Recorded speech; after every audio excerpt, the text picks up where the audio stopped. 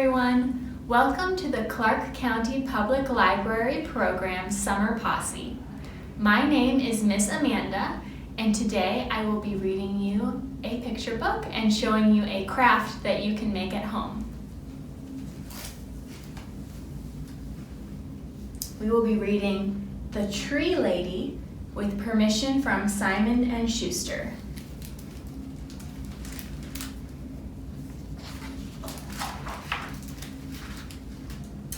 The Tree Lady, the true story of how one tree-loving woman changed a city forever. By H. Joseph Hopkins, illustrated by Jill McElmurray.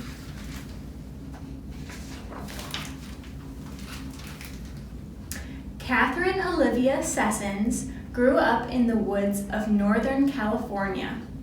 She gathered leaves from oaks and elms. She collected needles from pines and redwoods, and she braided them together with flowers to make necklaces and bracelets. It was the 1860s, and girls from Kate's side of town weren't supposed to get their hands dirty, but Kate did.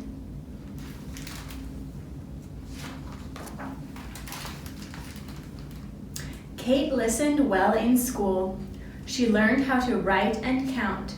She remembered the poems and stories she read. But best of all, she liked studying wind and rain, muscles and bones, plants and trees, especially trees. Most girls were discouraged from studying science, but not Kate.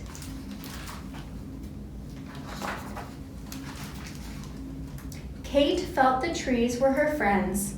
She loved the way they reached toward the sky and how their branches stretched wide to catch the light. Trees seemed to Kate like giant umbrellas that sheltered her and the animals, birds, and plants that lived in the forest. Not everyone feels at home in the woods, but Kate did.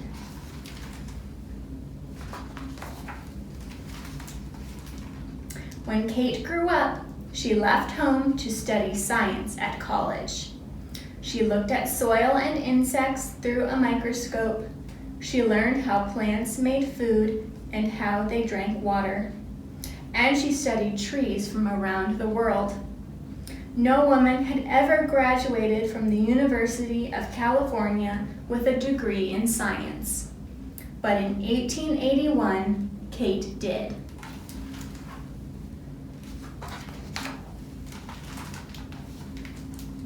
After graduation, Kate took a job in Southern California. When her boat docked in San Diego, she saw that her new home was a desert town.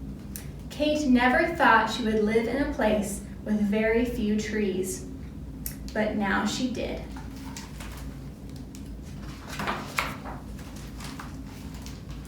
Kate began her job as a teacher. She was also the vice principal of the school, so she had to make sure that everyone followed the rules. Kate missed studying science and was not sure she would stay on the job, but for 2 years she did.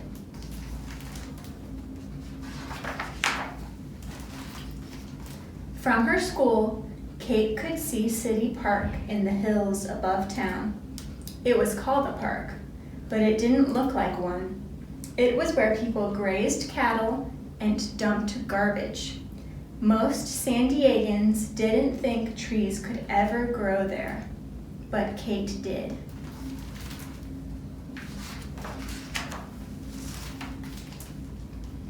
With Kate's love for the woods, she thought San Diego needed trees more than anything else. So she left teaching to become a gardener. She knew she must plant trees that would live in dry soil with lots and lots of sunshine. Her friends worried Kate wouldn't find trees like that, but she did.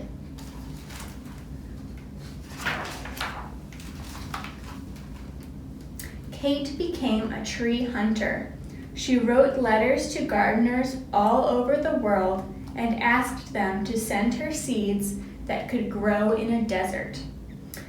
She also traveled south into Mexico to look for trees that liked hot, dry weather and steep hills and canyons.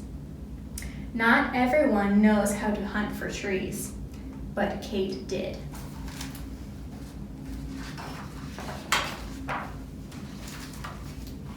Soon, Kate's trees were planted along streets, around schools, and in small parks and plazas all over town. People bought trees from Kate's nursery and planted them in their yards. From elms and oaks to eucalyptuses and palms. By the turn of the century, young trees from Kate's nursery were growing in every part of San Diego. Most people didn't think a desert town could sustain so many trees, but Kate did.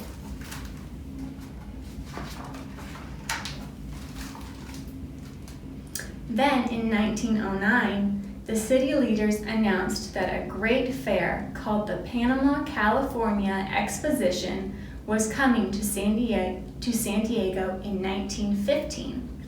The fair would be held in City Park, which was now called Balboa Park. Kate felt Balboa Park still needed more trees, thousands more, to look beautiful and to shade the visitors that came to the fair. Trees, trees, more trees.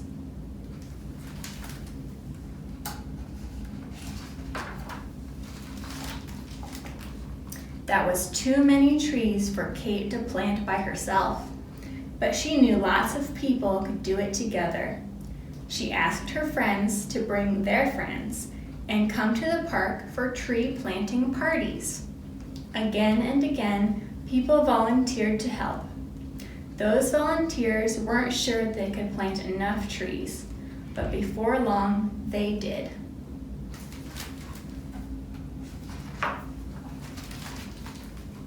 And when the fair opened, San Diego was ready. Millions of trees and plants filled Balboa Park. The fair had so many visitors, it stayed open for 2 years instead of 1. People came from near and far to see the attractions and stroll in the cool shade. The fairgoers couldn't believe San Diego had such magnificent gardens, but thanks to Kate, it did.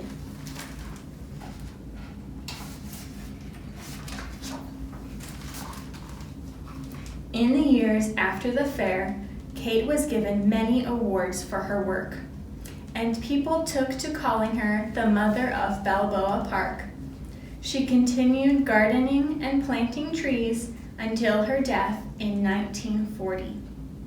Back then, few could have imagined that San Diego would become the lush, leafy city it is today.